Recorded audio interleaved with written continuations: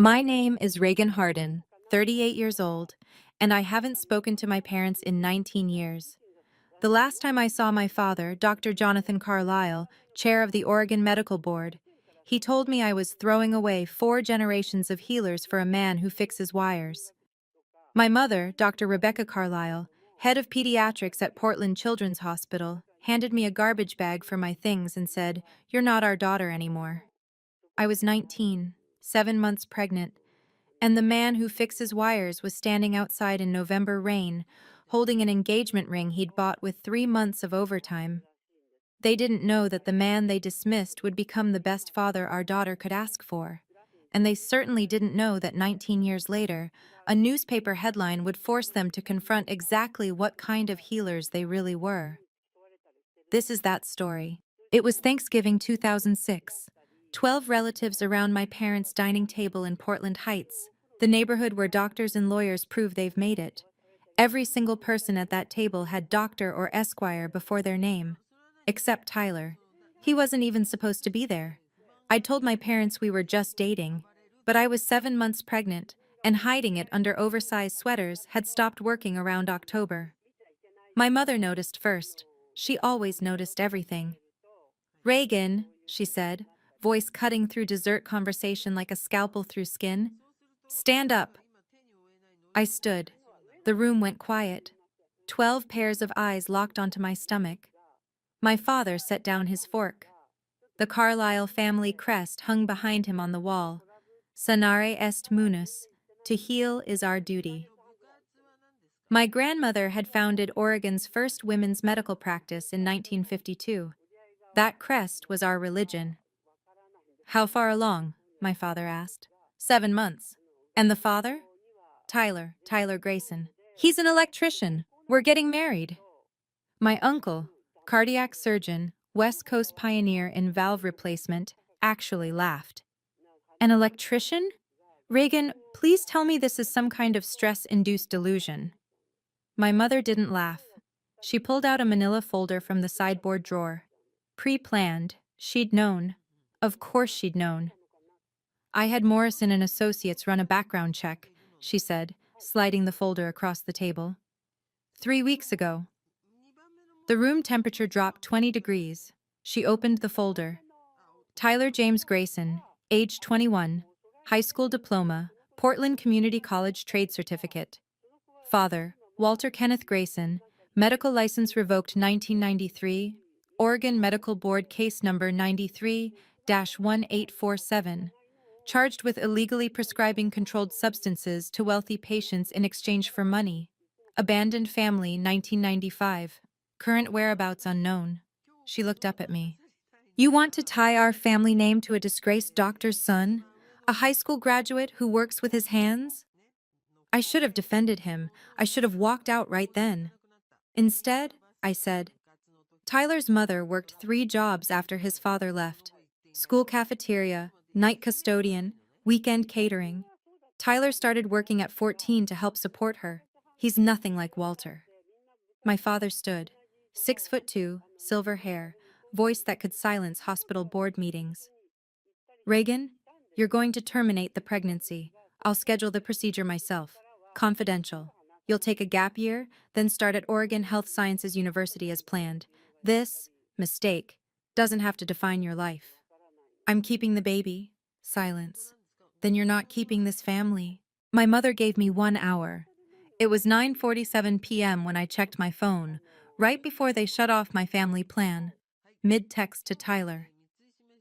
November 14th, 2006. Portland autumn. 41 degrees. Rain. I packed 2 garbage bags. Clothes. Photo album. My laptop. The acceptance letter from OHSU. Full scholarship. Pre-med. Framed since April. I left on my desk. Let them take it down themselves. As I walked down the stairs, my mother was already removing my senior portrait from the hallway wall. 12 other family photos stayed up.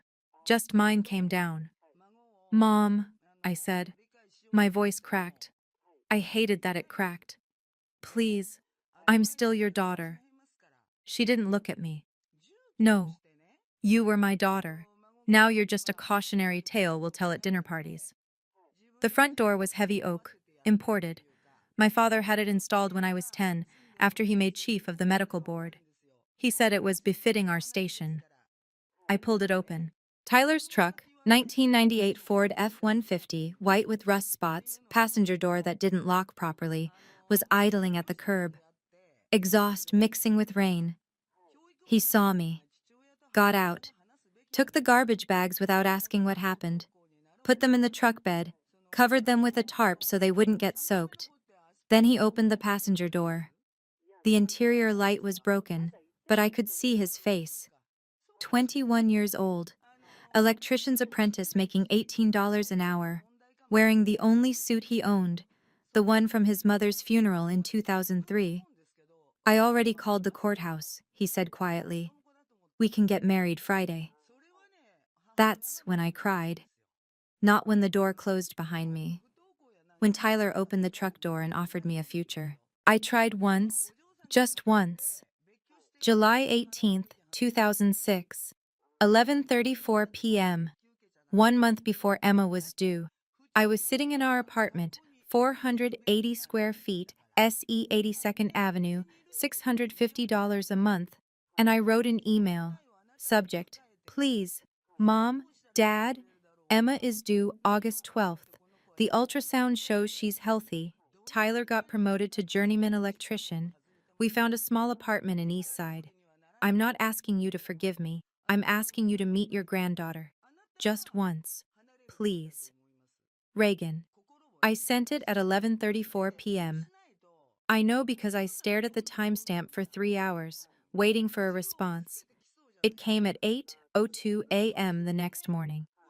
Dr. and Dr. Carlisle have asked me to inform you that they have no granddaughter. Please do not contact this email again. Patricia Henderson, Executive Assistant.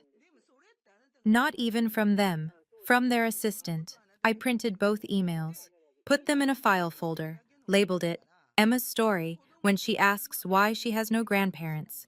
She asked when she was 7. I told her, some families are smaller than others, but ours has all the love it needs. She never asked again. November 17th, 2006, Multnomah County Courthouse, room 301. Friday afternoon. The fluorescent lights hummed like dying bees. We needed 2 witnesses. We didn't have 2 witnesses. An elderly woman was sitting in the hallway, waiting for her friend's divorce hearing to finish. Her name was Helen Wu, 73, retired teacher. She agreed to sign our marriage certificate. The second witness was a lawyer named Marcus Johnson, 31, killing time between clients. He had kind eyes. He said, "You two look like babies yourselves." Tyler said, "We're old enough to know what we want." The judge was efficient. Maybe she'd seen too many shotgun weddings to care. Do you, Tyler James Grayson, take Reagan Carlisle to be your lawfully wedded wife? I do. Do you, Reagan Carlisle, take Tyler James Grayson to be your lawfully wedded husband? I looked at him. 21 years old, suit from his mother's funeral. Tungsten carbide ring we'd ordered online for $47. I do. Burn. We signed the certificate. I wrote, Reagan Carlisle Harden. Kept my maiden name as my middle name. Tyler noticed but said nothing. Cost: $60 for the marriage license. We walked out married. No reception, no family. No photos except the Polaroid Helen Wu insisted on taking with her camera. She mailed it to us 3 days later with a note. You'll want this someday, trust me. Helen. That photo is framed in our kitchen now. Tyler's hand on my 7-month belly. Both of us smiling like we'd just won something. We had. Emma Louise Grayson was born August 12, 2006. 7 pounds, 3 ounces. I remember the weight because my parents would have wanted to know. I almost called my mother from the hospital. Tyler saw me staring at my phone. Don't, he said gently. She didn't earn this. He was right. Our apartment was 480 square feet, 1 bedroom. We gave it to Emma.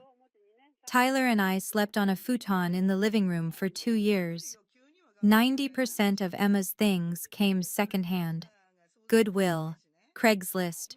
The Facebook marketplace didn't exist yet, but if it had, we would have lived on it.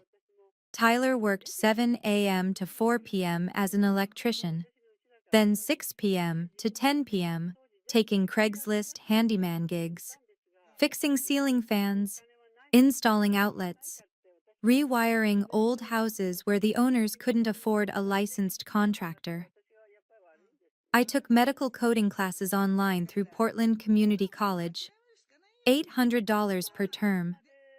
I studied while Emma napped, took exams while Tyler watched her, got my certification in 18 months. First job, medical billing clerk at OHSU, $18 an hour.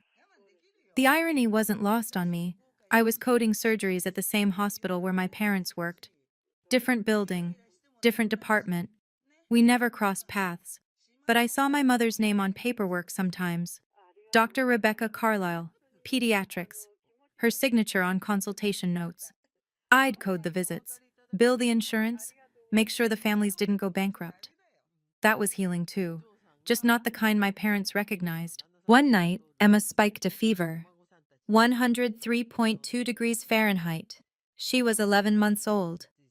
I grabbed my phone. My mother's number was still saved. Dr. Rebecca Carlisle, head of pediatrics. She would know what to do. My thumb hovered over the call button. Tyler saw me, didn't say anything, just gently took the phone from my hand and said, "We'll take her to the ER. We'll figure it out." The bill was $1,200. We set up a payment plan, $50 a month for 2 years. We figured it out.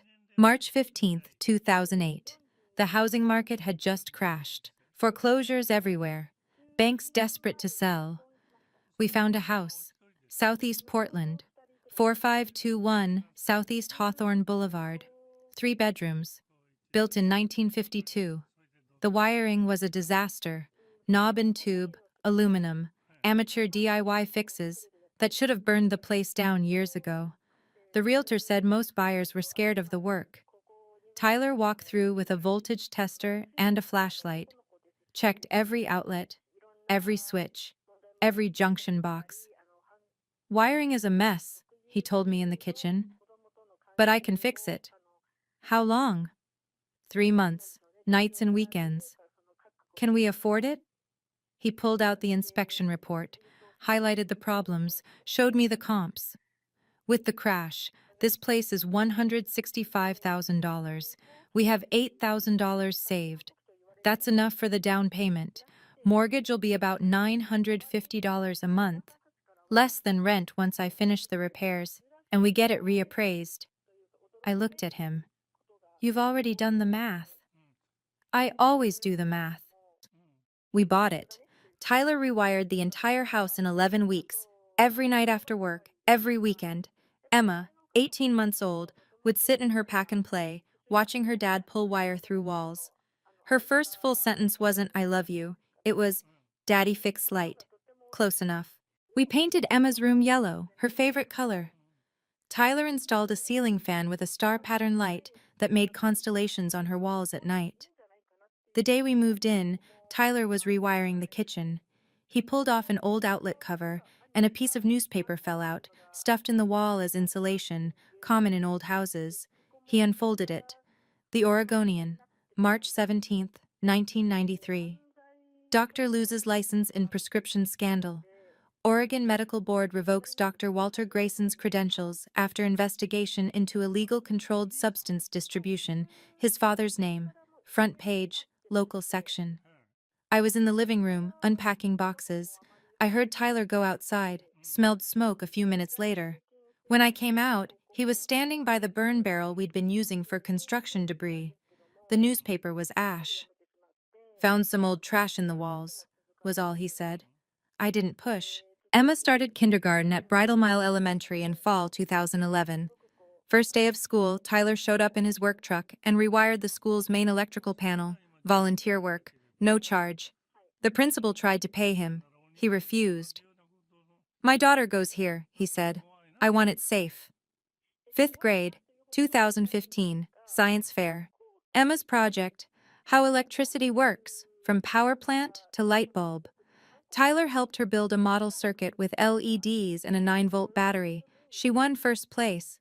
The judge asked her, "Did your parents help you?" Emma said, "My dad's an electrician. He taught me everything." The judge smiled. "What do your parents do?"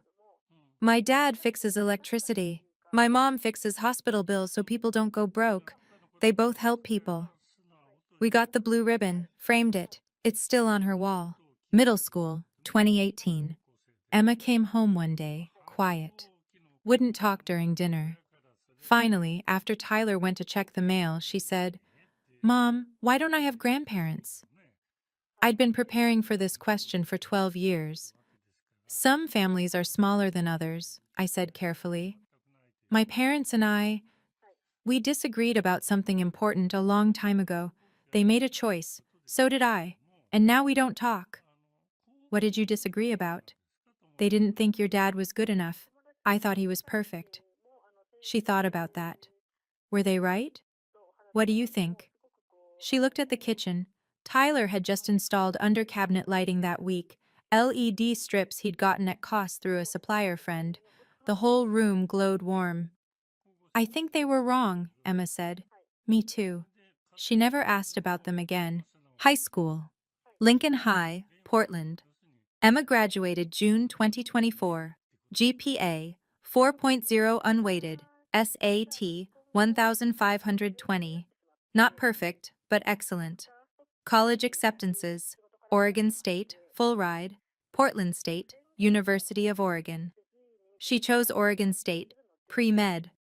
"Why pre-med?" I asked her. "You know you don't have to prove anything, right? You don't have to become a doctor just because—" "Mom," she interrupted, "I want to be a doctor because you and Dad showed me that helping people isn't about prestige. It's about showing up. You code surgeries. Dad rewires homes. I want to heal people. That's it." She paused. "And maybe I want to prove that you can become a doctor without a medical dynasty behind you. That it's about what you do, not who you're related to." Tyler, leaning in the doorway. "You're already ahead of most med students, kid. You know what real work looks like." I spent 15 years in medical administration. Never became a doctor. But I worked in the system. 2008 to 2012. Medical billing clerk. OHSU. $18 per hour. Same hospital where my parents worked. Different building. I saw my mother once, across the cafeteria. She didn't see me, or pretended not to. 2012 to 2016. Medical coding supervisor, Providence, Portland. $32 per hour. Managed a team of 8. We coded everything. ER visits, surgeries, transplants. I got good at it, really good. 2016 to 2020. Hospital Operations Coordinator, Legacy Emmanuel. $55,000 per year. Salary, not hourly. Benefits, retirement matching. 2020 to 2024. Revenue Cycle Director, Salem Hospital. $78,000 per year. I moved us out of Portland's immediate orbit. Salem was 45 miles south. Far enough that I wouldn't accidentally run into my parents at Whole Foods. I got my certifications. CPC, Certified Professional Coder. CHAA, Certified Healthcare Access Associate. Framed them, hung them in my office. Tyler used to joke, "You've got more letters after your name than some of those doctors you work with." "Not the ones that matter," I'd say. "The ones that matter are on the paychecks," he'd reply. "You're keeping people from going bankrupt. That's healing." September 2019. The Oregonian ran a profile piece. Dr. Rebecca Carlisle, honored for 30 years of pediatric service. There was a photo. My mother, 60 years old, accepting an award from the Oregon Medical Association. Smiling, surrounded by colleagues. The article mentioned her dedication to family-centered care. I read it in my office. Printer paper copy someone had left in the break room. I don't know why I picked it up. I lasted 3 paragraphs before I had to stop. Tyler found me in the bathroom at home that night. I'd crumpled the article in my hand. He didn't ask, just held me. Let me cry. Threw the article away when I was done. We never talked about it. Tyler filed the paperwork. Grayson Electric, LLC, Oregon. CCB license number 237891. It started small, just Tyler. Then he hired an apprentice, kid named Danny, 19, reminded me of Tyler at that age. Then another, then a third. By 2024, Grayson Electric was Tyler plus 3 apprentices. 2 white Ford Transit vans with Grayson Electric in blue letters. Office in our spare bedroom. Revenue, about $180,000 a year. Not Fortune 500. But stable, honest. Tyler's specialty. Residential rewiring. Solar panel installation. The kind of work that kept families safe. His philosophy. Do it right, not fast. Treat every home like it's your own. First big job. Rewiring a historic home in Ladd's Addition. Built 1909. Gorgeous craftsman. Original knob and tube wiring. The owners, retired teachers, had been quoted $65,000 by another contractor. Tyler bid $45,000. They almost didn't believe him. You're leaving $20,000 on the table, the husband said. Tyler shrugged. I'm leaving you with safe wiring and money for your grandkids' college fund. That's worth more. They hired him. Took 6 weeks. When he finished, they cried. Said he'd saved their home. Word spread. Grayson Electric's reputation. Honest, fair, excellent work. Tyler never advertised. Didn't need to. Portland's a small town when you do good work. Summer 2023. Emma worked for her dad. Assistant, $15 an hour. She learned basic electrical, how to strip wire, read a circuit diagram, test voltage. Tyler taught her the same way he'd taught his apprentices, patiently, carefully, with respect for the danger. Electricity doesn't care about your intentions, he told her. It only cares about the path you give it. Medicine's the same. You can want to heal someone, but if you don't know what you're doing, you'll hurt them. Knowledge protects people. Emma, pulling wire through a conduit. Is that why you never went back to school? Because you already had the knowledge? Partly, and partly because I had you and your mom. School would have meant less time with you. I didn't want less time. Do you regret it? Not even a little. September 3rd, 2025, Wednesday morning, 9:42 a.m. I was at work, Salem Hospital, Revenue Cycle Office. Tyler was home, planning a job bid. FedEx knocked. Tyler signed for a thick envelope. International shipping, return address, Ashworth and Klein International Law, Sydney, Australia. He called me. Babe, we got something weird. Weird how? Lawyers from Australia. Envelope weighs like 2 pounds. Open it. He did. I heard paper rustling. A long silence. Tyler? His voice was flat, distant. It's from my father. I drove home. 45 minutes. Salem to Portland. Broke every speed limit. Tyler was sitting at the kitchen table. The letter laid out in front of him. He'd read it 3 times, he said. Couldn't make it make sense. I picked it up. Ashworth and Klein International Law. Sydney, Melbourne, Perth. September 3rd, 2025. Mr. Tyler James Grayson, 4521 S.E. Hawthorne Boulevard, Portland, OR 97215R.E. Estate of Walter Kenneth Grayson. Notification of inheritance.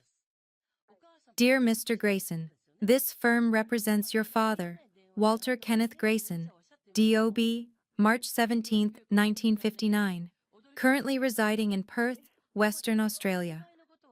We are writing to inform you that you have been named sole beneficiary of Mr. Grayson's estate, valued at approximately 15.3 million Australian dollars, 10.2 million US dollars.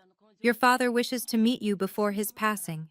Attached, please find medical documentation regarding his current health status and a matter of some urgency requiring your review. We understand this notification may come as a shock. Mr. Grayson has instructed us to make clear. The inheritance is irrevocable and unconditional. However, he respectfully requests the opportunity to speak with you regarding a time-sensitive medical situation. Please contact our office at your earliest convenience. Sincerely, Jonathan Ashworth, Senior Partner. I looked at Tyler. $10 million. Keep reading, he said quietly. I flipped through the attachments. Estate summary, will draft, DNA test offer. He'd even thought of that, proving paternity after 30 years. Then the medical files. My hands stopped. I've spent 15 years coding medical records. I can read a chart faster than most doctors. Patient, Walter Kenneth Grayson, D.O.B. March 17, 1959, age 66. Diagnosis, end-stage renal disease, ESRD, stage 5, CKD. Current treatment, hemodialysis, 3 times weekly. GFR, 8 milliliters per minute per 1.73 meters squared, normal greater than 90. Prognosis without transplant, 6 to 18 months, Australian transplant. Wait list, 4 to 7 years, low priority due to age. I looked up. He's dying. Tyler's face was stone. He left when I was 10. I'm 40 now, 30 years, and now he wants to talk because he's dying? There's more. I kept flipping, found the transplant coordinator's note. Urgent living donor search initiated June 2025. Familial match priority. Patient has one biological son, Tyler Grayson, age 40, Oregon, USA. Investigating extended family for potential donors. I felt cold. Tyler, he's not just looking for you, he's looking for a kidney. The next section was a private investigator's report. Gibson and Associates, Perth. Dated July to August 2025, they'd been watching us. Subject surveillance summary. Target, Tyler James Grayson plus family. Duration, July 15th to August 30th, 2025. Family composition, Tyler James Grayson, 40. Master Electrician.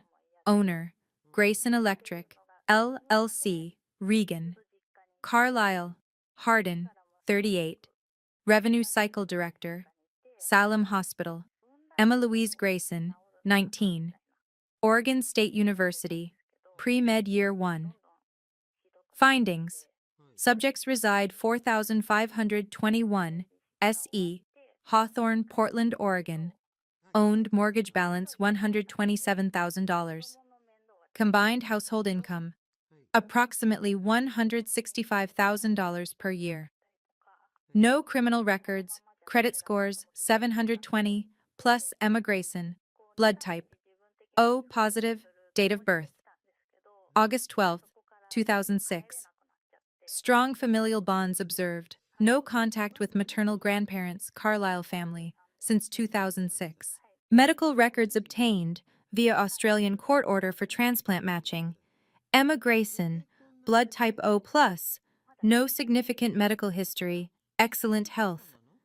Recommendation: approach via legal representation. Direct contact likely to be rejected given estrangement history. There were photos. Emma on Oregon State's campus, August 15th, 2025, first day of classes. She was wearing her backpack, smiling, talking to another student. Tyler at a job site, July 22nd, installing a solar panel. Me leaving Salem Hospital, July 18th, coffee cup in hand. They'd been following us for 6 weeks. Tyler's hands shook when he saw Emma's photo. He's been watching our daughter. His voice wasn't angry. It was something colder, protective. We need to talk to Emma, I said. September 10th. Follow-up email from Ashworth and Klein. Mr. Grayson, we understand this is overwhelming. Mr. Walter Grayson does not expect forgiveness. However, he wishes to 1. Meet you and your family, all expenses paid, Perth or Portland, your choice. 2. Establish inheritance trust, 10.2 million US dollars, transferred immediately upon his passing regardless of any other decisions. 3. Discuss a matter of medical urgency. He requires a kidney transplant. Initial HL. A typing suggests you and Slash or your daughter Emma may be compatible donors. He asks only for the chance to explain and to ask for help. Time sensitive. Please respond within 14 days. Respectfully, Jonathan Ashworth. Tyler read it twice. Then he looked at me. He wants Emma's kidney. I chose my words carefully. He wants to meet her. The kidney is... bullshit. Tyler's voice was flat, certain. If he dies, we get the money anyway. The trust is irrevocable. He doesn't need our cooperation for that. So why is he asking to meet us? Why now? Because he needs something from us first. He was right. I knew he was right. What do we tell Emma? I asked. Tyler stared at the email for a long time. Then he said, "The truth. All of it. And then we let her decide about her own body. Because that's what parents do. They protect their kids' choices, not make choices for them." September 12th. Tyler sent a one-sentence reply. "I need to talk to my daughter first. She's 19. She decides about her own body." The lawyers responded within an hour. "Understood. We respect that completely. Please let us know how you'd like to proceed." We had a week to figure out what to say. September 13th, 2025, 8:30 p.m. Kitchen table. Same table where we'd eaten dinner as a family for 17 years. Emma was home from Oregon State for the weekend. She knew something was wrong. We'd asked her to come home mid-week, unusual. Tyler had printed everything. The lawyer's letter, the medical files, the PI report. He spread it all out like evidence. "Emma," he started, "you need to know something about my father. I haven't talked about him much because there wasn't anything good to say." Emma's face was calm, analytical. "I know he left you when you were a kid. Mom told me when I was 14. I told her the basics. Abandoned family. Hasn't been in contact. Tyler doesn't talk about him." Tyler nodded. "He's dying, kidney failure. And he's rich. Built some kind of pharmaceutical company in Australia. He wants to meet us." Emma waited. She knew there was more. "And," I said quietly, "he needs a kidney transplant. He's been on dialysis since June. The Australian wait list is 4 to 7 years. At his age, he won't survive that long." Emma's eyes sharpened, pre-med brain activating. "So he's looking for a living donor, family match." "Yes. And you think I might be compatible?" Tyler handed her the PI report. "He hired investigators. They got your blood type, medical history, without asking." Emma read the surveillance summary.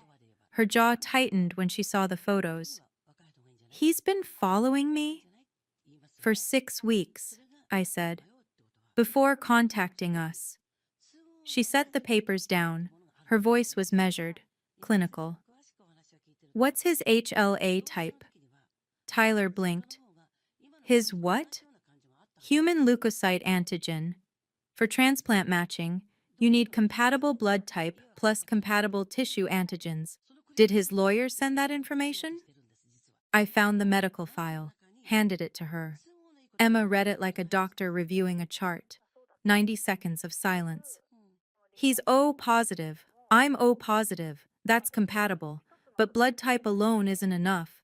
We'd need HLA typing to know if I'm actually a match." She looked up at us. "You want to know what I think?" "Always," I said. "I think," Emma said slowly, "I want to get tested. Not because I'll donate, but because I want to know if I can. Information is power, right? And if I'm going to make a decision, I want it to be based on facts, not assumptions." Tyler's voice was careful. "And if you are a match? Then I'll decide. But I need the data first. That's my daughter. 19 years old and already thinking like a scientist." I was terrified and proud in equal measure. September 15th, Oregon Health and Science University, Center for Health and Healing, 10th floor, Transplant Evaluation Clinic. Emma insisted on going alone to the first appointment. I'm an adult, I can handle a blood draw. But I went anyway. Sat in the waiting room. Tyler took the morning off work, sat next to me. The transplant coordinator was a woman named Jennifer Walsh. RN, maybe 45, kind eyes, efficient manner. She called Emma back. 20 minutes later, Emma emerged with a bandage in the crook of her elbow. Phase 1 complete, Emma said. Blood typing confirmation, basic metabolic panel, pregnancy test. Pregnancy test? Tyler's voice went up half an octave. Emma rolled her eyes. Required for all female donors, Dad. Relax. It's negative. Jennifer Walsh appeared with a clipboard. Emma, we'll have preliminary results in a few days. If your blood work looks good, we'll move to HLA typing. That takes about a week, then cross-match testing. The whole evaluation process usually takes 2 to 4 months, but given the urgency of Mr. Grayson's condition, we can expedite. How expedited? I asked. 6 to 8 weeks for full clearance. We still need psych evaluation, independent donor advocate meetings, and ethics committee review. Emma nodded like this was a normal Tuesday. When will I know if I'm a compatible match? HLA results should be back by September 25th. We'll call you. September 25th, 3:17 p.m. I was in a budget meeting when my phone buzzed. Emma, HLA results are in. I'm a 5/6 antigen match. Coordinator says that's excellent for a grandparent-grandchild donor. I excused myself from the meeting, called her immediately. 5 out of 6? I asked. HLAA, 2 out of 2. HLAB, 2 out of 2. HLADR, 1 out of 2. Overall, 5 out of 6 antigens match. That's really good, Mom. Like, statistically, that's better than most unrelated donors. Her voice was steady, factual, but I could hear something underneath. Uncertainty. How do you feel? I asked. Long pause. I don't know yet. Can you and Dad come over this weekend? I need to talk through some things. Of course. September 28th. Emma's dorm room. Oregon State, Corvallis, 90 miles south of Portland. Emma had printed out medical journal articles, spread them across her desk like she was preparing for an exam. Okay, she said. I need to understand this completely, so I researched. Tyler and I sat on her dorm bed. Emma stood, professor mode. Living kidney donation is major surgery. Laparoscopic nephrectomy. They take one kidney out through a 3 to 4 inch incision. Hospital stay, 2 to 3 days. Full recovery, 4 to 6 weeks.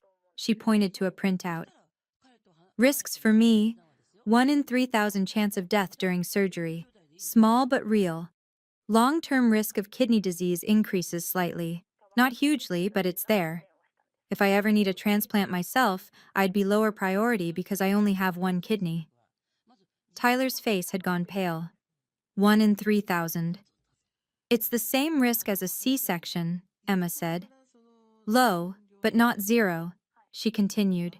For pregnancy, if I ever have kids, one kidney means higher risk of preeclampsia, gestational hypertension.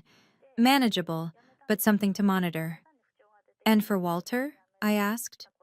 5-year survival rate with a 5/6 match from a living donor, 85 to 90%. That's really good. Way better than deceased donor or staying on dialysis. She sat down. So here's where I'm stuck. Medically, I can do this. The risks to me are small. The benefit to him is huge. But? Tyler prompted gently. But he's a stranger. I don't know him. He hurt you. And there's $10 million attached to this, which makes me wonder if I'm being... She struggled for the word. Coerced, I finished. Yeah. Tyler leaned forward. The money is yours either way. The trust is irrevocable. Even if you say no, when Walter dies, the money goes to me, which means it goes to our family. You're not choosing between helping him and getting paid. You're choosing between helping him and protecting yourself. Emma looked at him. And what would you choose? I don't know, Tyler said honestly. He left me when I was 10, didn't call, didn't write, 30 years of nothing. And now he shows up dying and rich and needing something. Part of me wants to tell him to go to hell. And the other part? Emma asked. The other part remembers being 10 years old and wondering if maybe I did something wrong. If maybe I wasn't good enough. And I wonder if meeting him would answer that question. Or just make it worse. Silence. Emma turned to me. Mom, what do you think I should do? I took a breath. I think you should do whatever lets you sleep at night. If you donate, you'll wonder if you did it for the right reasons. If you don't donate, you'll wonder if you should have. Either way, there's no perfect answer. So you pick the answer you can live with. October 1st. Email from Dr. Patricia Morrison, OHSU, Ethics Committee Chair. Dear Emma, your transplant evaluation has been flagged for Ethics Committee review due to the complexity of your case. 1. You have no prior relationship with the recipient, estranged grandfather. 2. Financial inheritance, $10.2 million, creates potential coercion. Concern 3. You are a pre-med student, which may create pressure to save lives. 4. Family dynamics are complicated. Recipient abandoned your father 30 years ago. 5. Your age, 19, is legally adult, but young for permanent medical decision. Required. Independent donor advocate. Assigned. Robert Chen, MSW. Psychological evaluation, scheduled October 8th. Ethics Committee hearing, scheduled October 15th, 2 p.m. 2-week cooling-off period after hearing before final consent. You must attend the hearing. Family may attend if you wish. Sincerely, Dr. Patricia Morrison, Chief Ethics Officer, OHSU. Emma forwarded the email to our family group chat. Emma. So apparently my body is now a committee decision. Tyler. Want us there? Emma. Yeah, I might need backup. Me, we'll be there. October 8th, 2025. Wednesday morning. I woke up to 17 missed calls. Tyler's phone had 12. Emma's had 47. I opened my email. Subject line from my hospital's PR department. Media inquiry RE, your family. Please call ASAP. I called Emma first. She answered on the first ring. Mom, we're on the front page of the Oregonian. What? Front page, above the fold. There's a picture of OHSU and everything. I pulled up the Oregonian website on my phone. There it was. Disgraced doctor's secret fortune. Australian pharmaceutical mogul seeks Oregon granddaughter for life-saving transplant. By Michael Torres, investigative reporter. Portland. A medical ethics case unfolding at Oregon Health and Science University has reignited debates about living organ donation, family obligation, and the role of money in medical decision-making. Walter Grayson, 66, a former Oregon physician whose medical license was revoked in 1993 for illegally prescribing controlled substances, has built a pharmaceutical consulting empire in Australia worth an estimated $10 million. Now dying from kidney failure, Grayson is seeking help from the family he abandoned 3 decades ago, specifically his 19-year-old granddaughter Emma Grayson, a pre-med freshman at Oregon State University. Emma, who has never met her grandfather, is reportedly an excellent transplant match. But the case is complicated. Grayson has named his estranged son, Tyler, as sole heir to his fortune, leading ethics experts to question whether the inheritance constitutes coercion. The article continued for 1,200 words. Quotes from medical ethicists at NYU and Stanford. Details of Tyler's childhood. Emma's academic achievements. A sidebar about living donor risks. And then, buried in paragraph 8, adding another layer, Emma's maternal grandparents, Dr. Jonathan and Dr. Rebecca Carlisle, prominent Portland physicians, disowned their daughter 19 years ago when she became pregnant with Emma. They could not be reached for comment. My phone rang. Tyler. Did you see it? He asked. I'm reading it now. How the hell did this get out? I scrolled to the byline. Michael Torres, veteran investigative reporter, Pulitzer finalist in 2019. Insurance paperwork, I said, thinking out loud. Emma's student health insurance through Oregon State. The transplant evaluation forms would have included family medical history. Someone in the insurance processing chain must have leaked it. For how much? Does it matter? Tyler was quiet. Then, Emma's getting harassed. Her Instagram blew up overnight. 15,000 follower requests. Her roommate said someone from a local TV station showed up at their dorm. Where is she now? Driving home. She's skipping classes today. I told her to come here, lock the doors, turn off her phone. I'm leaving work now. I made calls. Hospital compliance. OHSU patient advocacy. Oregon State Student Services. Piece together what happened. September 28th. Emma filled out insurance verification form for OHSU transplant evaluation. Standard form. Included question. Family medical history. Any immediate relatives with current serious medical conditions? Emma wrote, grandfather, paternal, end-stage renal disease, currently on dialysis, Australia. The form went to Pacific Source Insurance, Oregon State's student health plan. They process thousands of forms a month. Most are handled by contract workers, not employees. One of those workers, we never got a name, saw the form, Googled Walter Grayson Australia kidney, found business articles about his pharmaceutical consulting fortune, sold the information to a journalist for $500. Not technically a HIPAA violation. Emma's form wasn't Walter's medical record, just a mention of his condition, gray area, legal barely. But legal doesn't mean right. By noon, the article had 2.3 million online views. Reddit's r/Portland exploded. Top comment, 18,000 upvotes. If my rich grandpa abandoned my dad, I wouldn't give him a Kleenex, let alone a kidney. Reply, 12,000 upvotes. But he's dying. She has 2 kidneys. She's pre-med. Isn't saving lives what doctors do? Reply to reply, 15,000 upvotes. She's 19 and there's $10 million involved. This is coercion. Period. Twitter was worse. Medical ethicist with 400,000 followers posted a thread. Living donation requires pure altruism. Financial incentive equals commodification of organs. This violates the National Organ Transplant Act. The Ethics Committee should deny this immediately. Christian influencer with 2 million followers.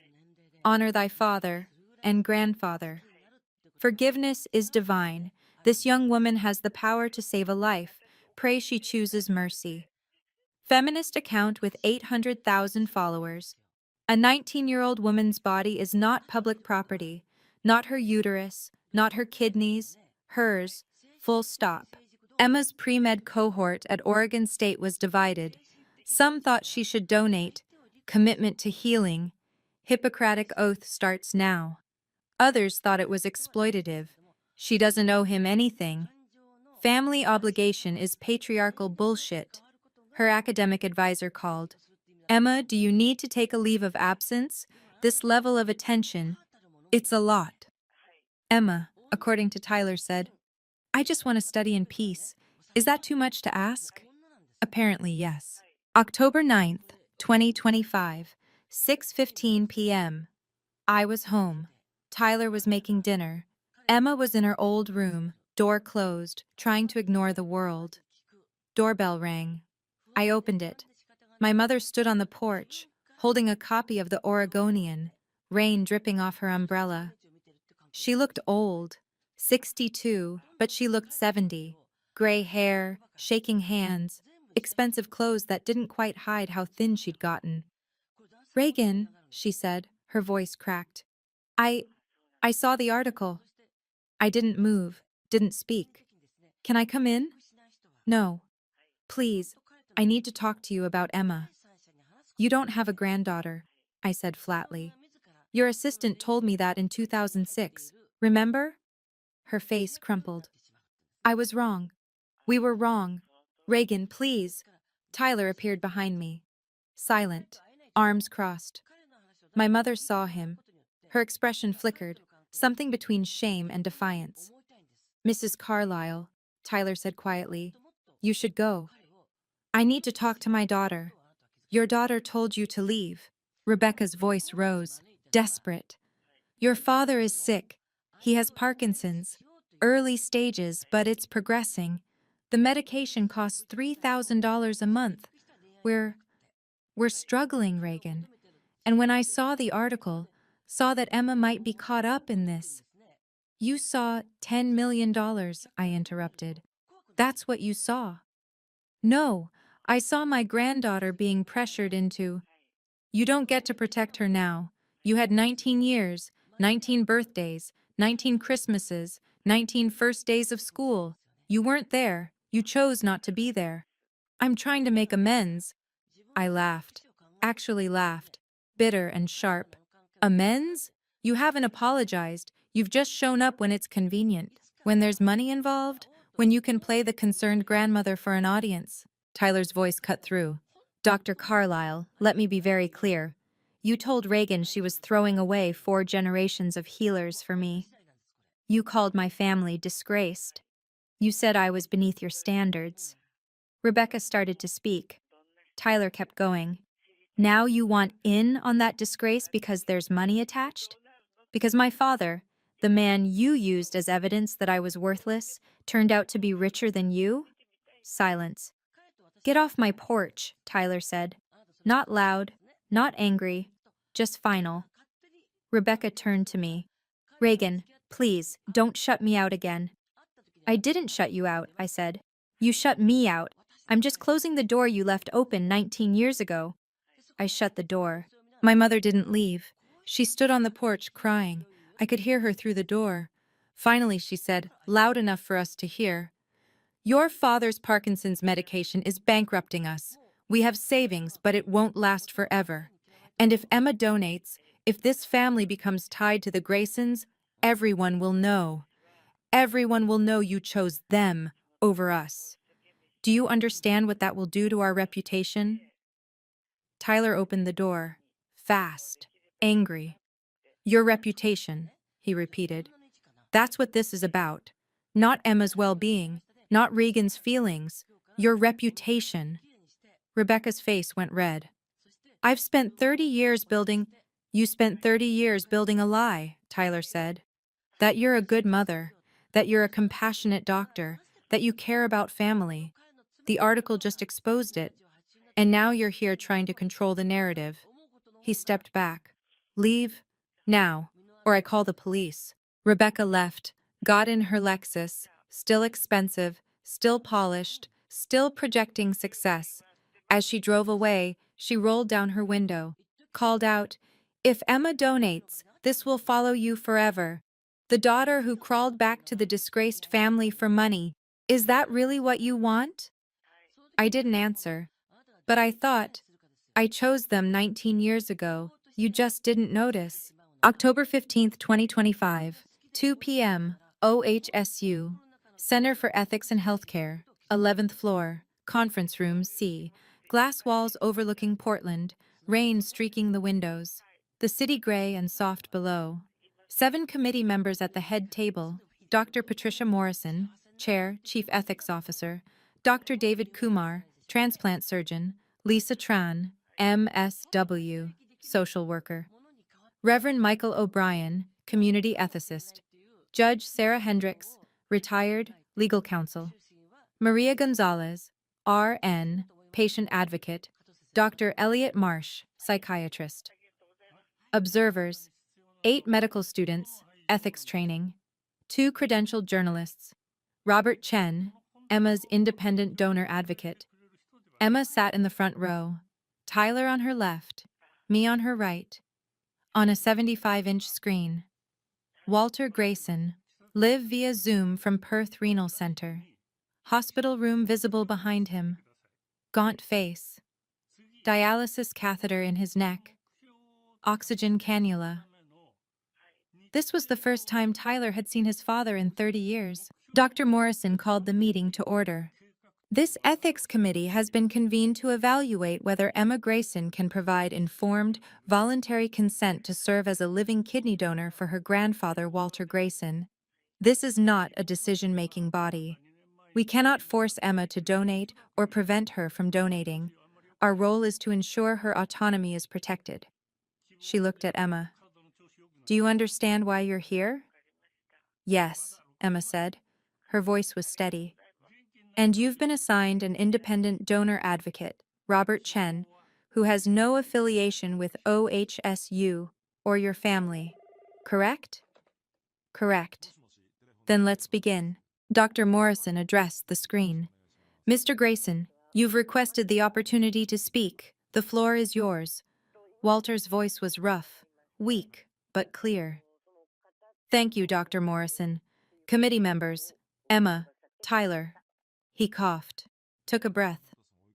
I'm calling from Sir Charles Gairdner Hospital in Perth. I understand you're evaluating whether my granddaughter can consent freely to donate her kidney. I want to be absolutely clear. I do not expect her to donate. I lost that right when I abandoned Tyler 30 years ago. Tyler's hands clenched on the armrest. Walter continued. I was a coward. I was an addict, not to drugs, but to the idea of fixing my mistakes by running from them. I lost my medical license in 1993 because I prescribed medications to wealthy patients in exchange for money to pay gambling debts. I destroyed my family. I destroyed my career. He paused. I ran to Australia, rebuilt a fortune in pharmaceutical consulting. But I can't rebuild trust. I can't undo leaving my 10-year-old son to grow up without a father. His eyes, on screen, pixelated, but still recognizable, found Tyler's. Tyler, if you're listening, you deserved better. You deserved a father who stayed, who showed up, who didn't choose shame over responsibility. I can't give you that now, but I can tell you, the man you became, the father you are to Emma, that's not my DNA. That's yours. Silence in the room. Dr. Morrison. Mr. Grayson, what happens to the inheritance if Emma declines to donate? She inherits anyway, through Tyler. The trust is irrevocable. My lawyers can confirm that. I made peace with dying. What I haven't made peace with is never apologizing to my son. This hearing, it's the closest I'll get. Judge Hendricks spoke up. For the record, I've reviewed the trust documents. Mr. Grayson is correct. The inheritance is not conditional on Emma's decision regarding donation. Dr. Morrison nodded. Noted. Mr. Grayson, thank you. Please remain available via Zoom. The door opened. My mother walked in. Emma didn't turn around. Tyler's jaw clenched. I felt ice slide down my spine. Dr. Morrison, this is a closed proceeding. I'm Dr. Rebecca Carlisle, my mother said loudly, head of pediatrics at Portland Children's Hospital. I'm Emma's maternal grandmother, and I have concerns about this proceeding. Dr. Morrison's face hardened. Dr. Carlisle, unless you have information directly relevant to Emma's medical capacity to consent, I'm going to ask you to leave. I have concerns about coercion, Rebecca said, moving to the front of the room. Emma is 19, technically an adult, but neurologically, her prefrontal cortex won't fully develop until age 25. She's pre-med, which means she's been socialized to believe doctors save lives at any cost. The financial incentive of $10 million creates unconscionable pressure. She turned to the committee. And frankly, the medical community should not be endorsing a system where estranged family members can essentially buy organs through inheritance structures. Don't know what else to call you. You don't know what else to call you. You haven't been my grandmother for 19 years. You don't get to be my grandmother now because there's money or press involved. Rebecca's mouth opened. Emma kept going. You want to talk about medical socialization? I'm pre-med because my mom showed me you can work in medicine without being cruel. She codes surgeries so patients don't go bankrupt. That's healing too. Emma's voice stayed calm, clinical. You talk about coercion? You put my mother on the street when she was pregnant with me. You refused to meet me. You told her she had no daughter. The only pressure I feel is from people who think they own my choices. people like you. The room was silent. Rebecca's face had gone pale. Judge Hendricks spoke quietly. Dr. Carlisle, unless you have information directly relevant to Emma's medical capacity, please refrain from further comment. Rebecca sat down in the back row, didn't speak again. Dr. Elliot Marsh opened a folder. I conducted a 90-minute psychological evaluation of Emma Grayson on October 12th, standard assessment for living donor candidates. He read from his notes. Cognitive capacity, intact. Emma demonstrates advanced understanding of medical risks, including mortality risk, long-term kidney disease risk, and pregnancy complications. Coercion screening, no evidence of family pressure. Emma reports that her parents explicitly told her, quote, "Your choice, no judgment." She feels supported regardless of her decision. Financial motive assessment. Emma is aware of the inheritance. When asked about it, she stated, "I don't make medical decisions based on money. If I did, I'd probably donate for $10 million, but I might not. That's the point." Dr. Marsh looked up. Psychological readiness. Emma is conflicted, appropriately conflicted. She's weighing complex ethical factors: family obligation, bodily autonomy, mortality risk, long-term health. This is healthy decision-making, not dysfunction. He closed the folder. My clinical opinion: Emma Grayson has full capacity to consent or refuse donation. She does not require additional counseling unless she requests it. Dr. Morrison turned to Emma. Emma, you've heard testimony from your grandfather, your grandmother, and Dr. Marsh's evaluation. This committee's role is not to tell you what to decide. It's to ensure you're free to decide. Do you feel free to make this choice? Emma took a breath. I feel observed, but free? I'll feel free when everyone gets out of my business and lets me make a decision without turning it into a national ethics debate. Scattered laughter from the medical students. Dr. Morrison smiled slightly. Understood. Emma, before we conclude, do you have anything you'd like to say? Actually, Emma said, yes. I raised my hand. Dr. Morrison, may I speak? She looked surprised. Mrs. Hardin, you're not a required party to this hearing. I know, but I have information relevant to the question of external pressure on Emma.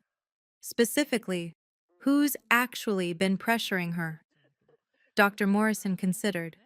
Proceed. I stood, pulled out a folder I'd prepared, handed copies to the committee clerk who distributed them. I'd like to submit evidence. Document 1. Email, July 18, 2006. Projected on the screen for everyone to see. From Regan Carlisle to Dr. Jonathan Carlisle. Subject: Please, Mom. Dad. Emma is due August 12th. The ultrasound shows she's healthy. Tyler got promoted to journeyman electrician. We found a small apartment in East Side. I'm not asking you to forgive me. I'm asking you to meet your granddaughter. Just once, please. Reagan. Response from Patricia Henderson, Executive Assistant, to Regan Carlisle. Sent July 19, 2006, 8:02 a.m. Dr. and Dr. Carlisle have asked me to inform you that they have no granddaughter. Please do not contact this email again. Silence in the room. I continued. My parents had no contact with Emma for 19 years. No birthday cards, no Christmas gifts, no acknowledgement of her existence. Document 2. The Oregonian article, October 8, 2025. Highlighted section. Adding another layer. Emma's maternal grandparents, Dr. Jonathan and Dr. Rebecca Carlisle, prominent Portland physicians, could not be reached for comment. They had no comment, I said, until they saw the words $10 million trust. Document 3. Text message screenshot, October 9, 2025. From Rebecca Carlisle to Regan Hardin. Sent 7:42 p.m. We should discuss Emma's decision as a family. Your father and I have medical expertise that could guide her. From Regan Hardin to Rebecca Carlisle. Sent 7:45 p.m. You're not family. You made that clear 19 years ago. Document 4.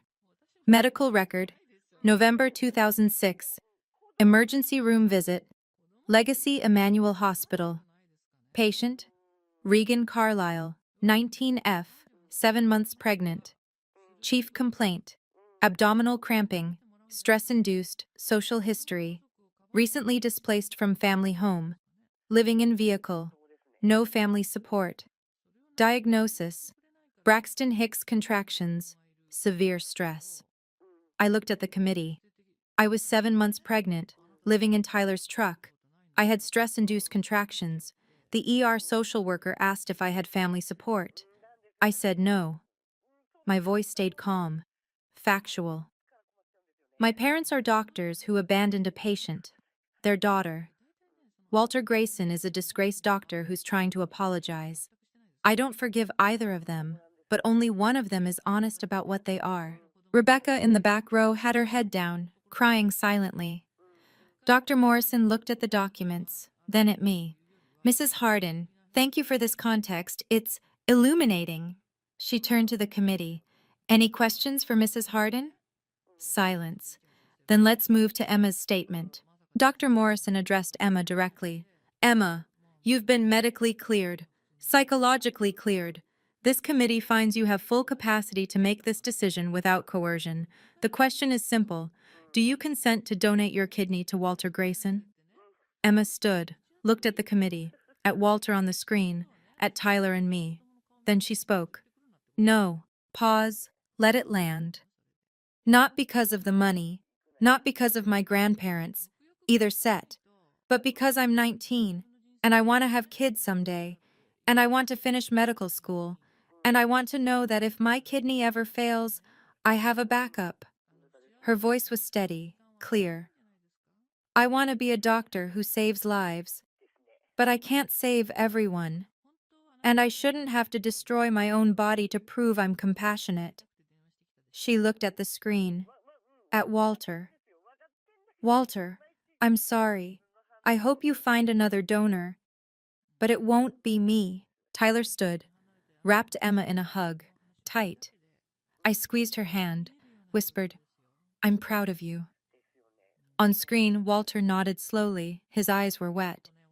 Thank you for considering it, Emma. That's more than I deserved.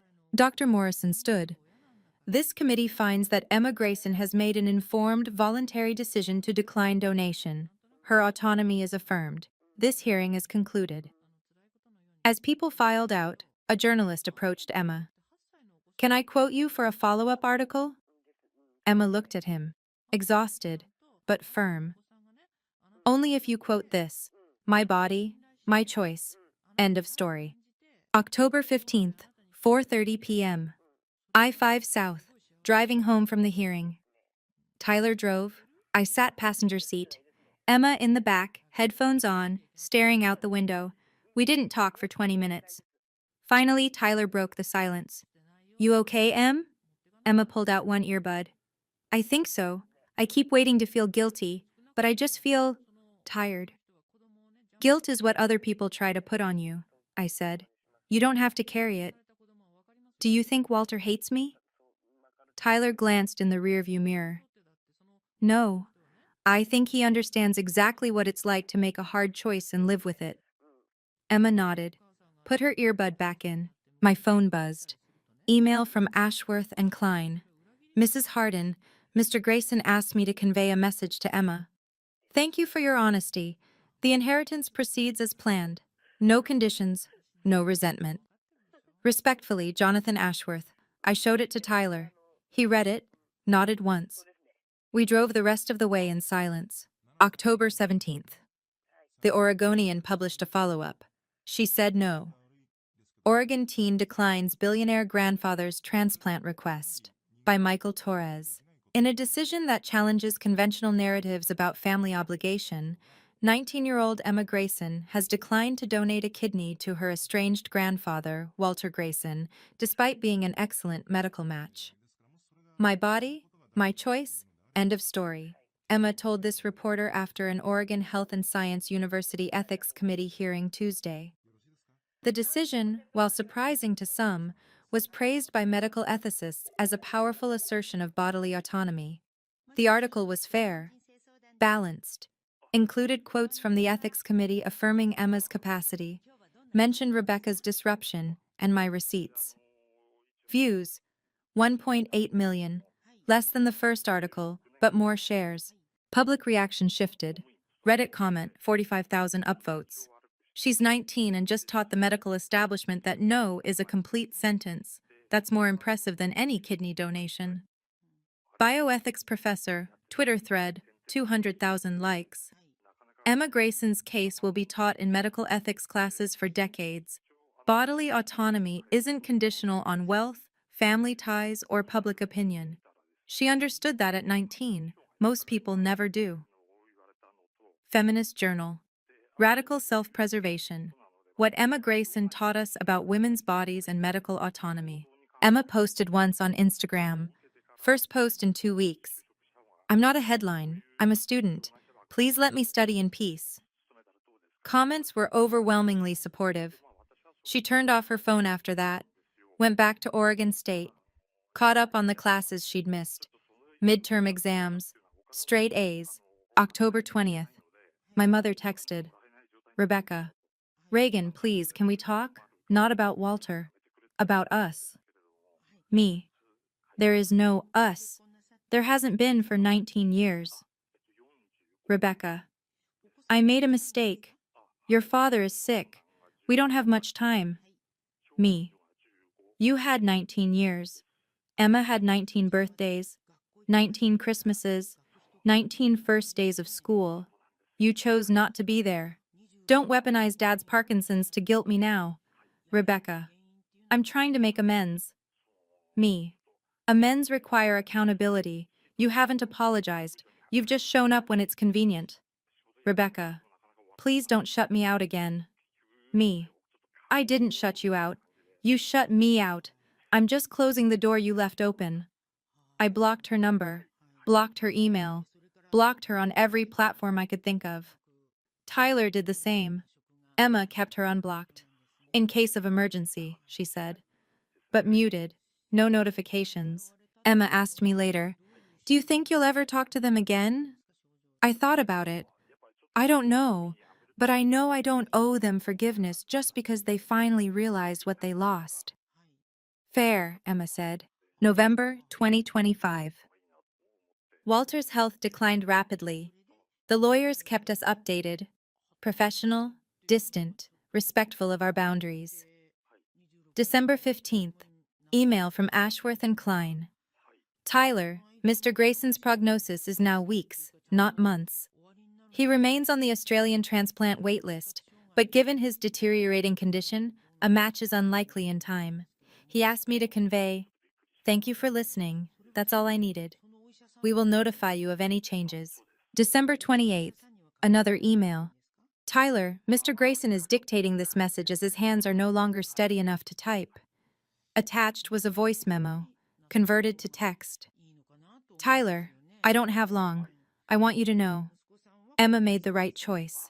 I'm relieved she said no. Not because I wanted to die, but because I didn't want her to carry me for the rest of her life. She deserves to be light. The money is yours. Use it however you want. I hope some goes to Emma's medical school, not because she owes me anything, but because she's already a better healer than I ever was, and she hasn't even started yet.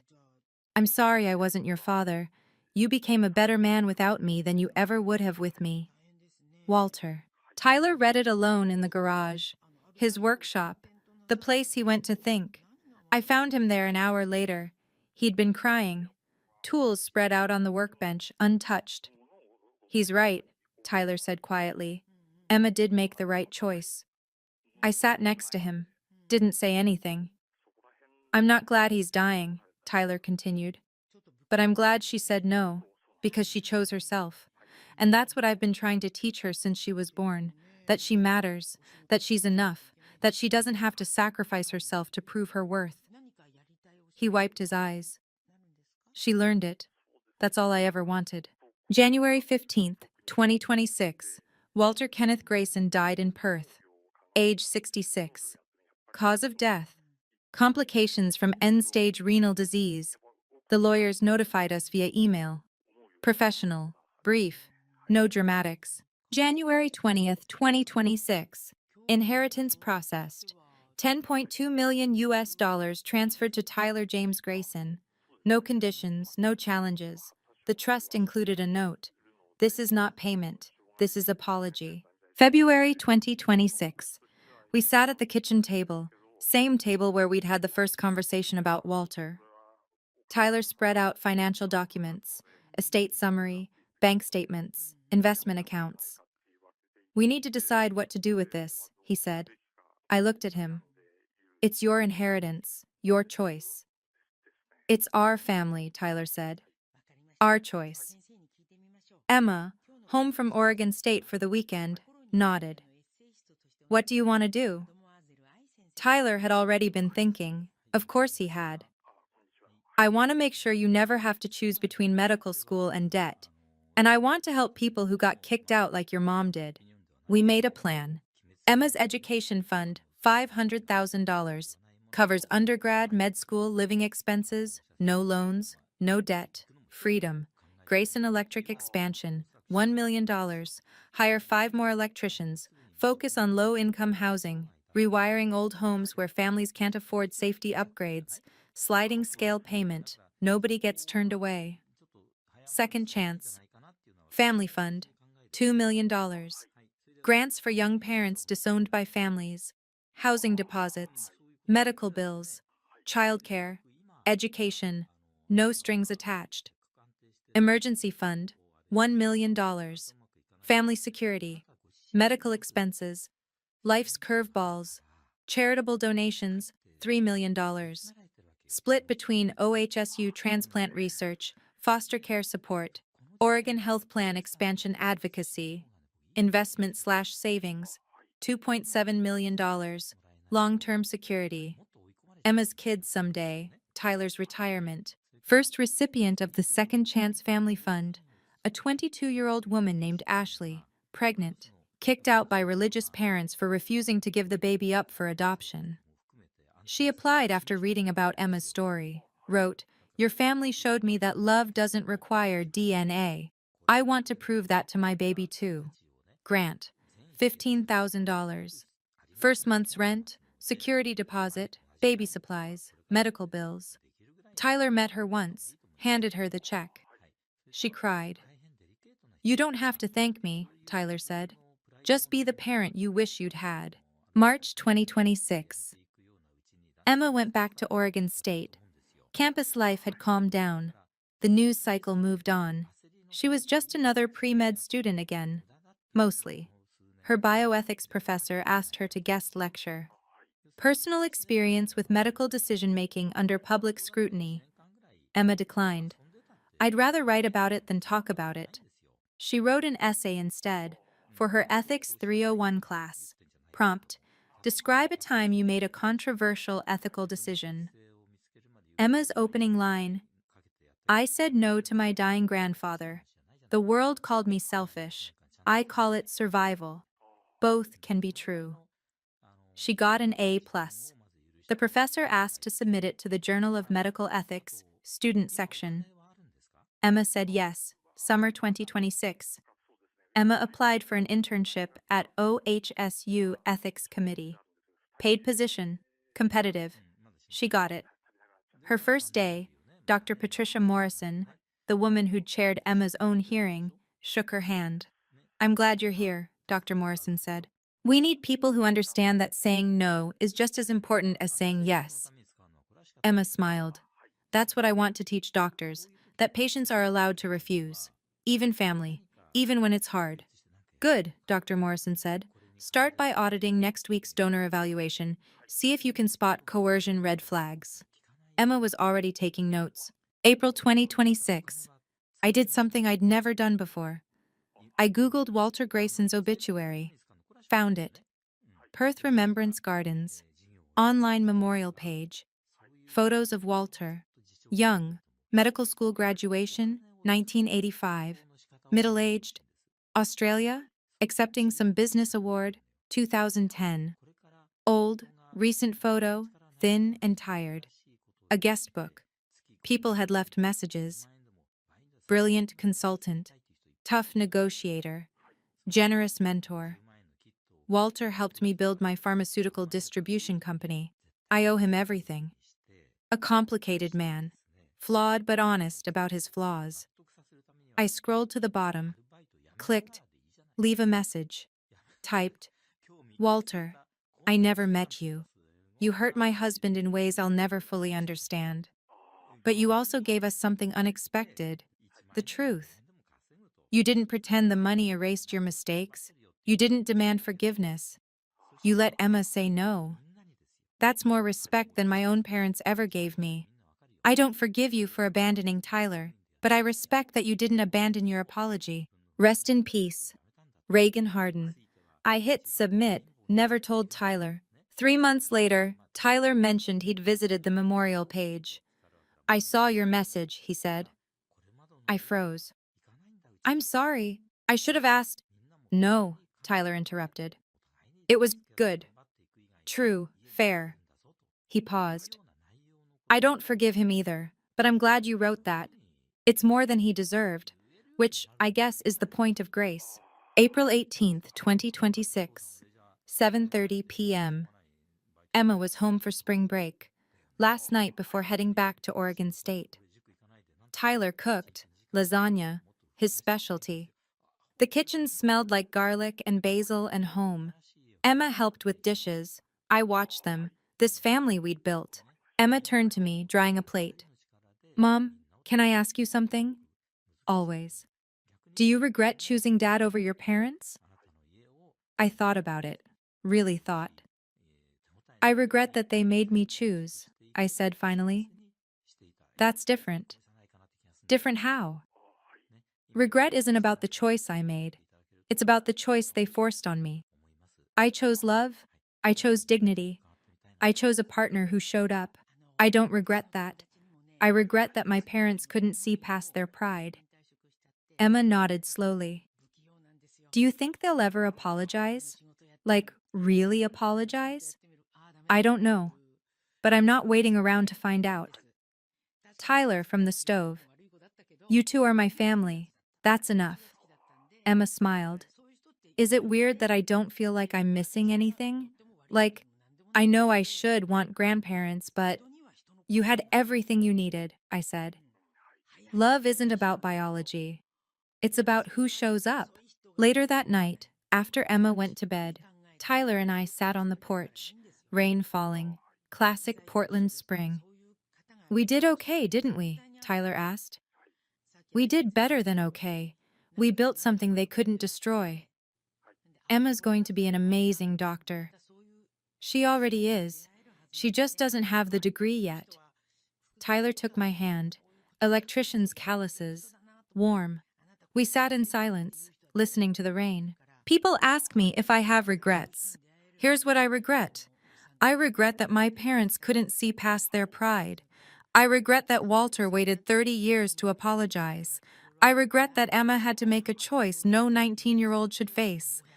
But I don't regret Tyler. I don't regret Emma. I don't regret saying no to people who only valued me when I was useful. My parents taught me that family is about bloodlines. Tyler taught me that family is about showing up. And Emma? Emma taught me that saying no, even when the whole world is watching, is the most powerful form of self-respect. My name is Reagan Harden. I'm 38 years old, and I haven't spoken to my parents in 19 years. I'm okay with that. We all are.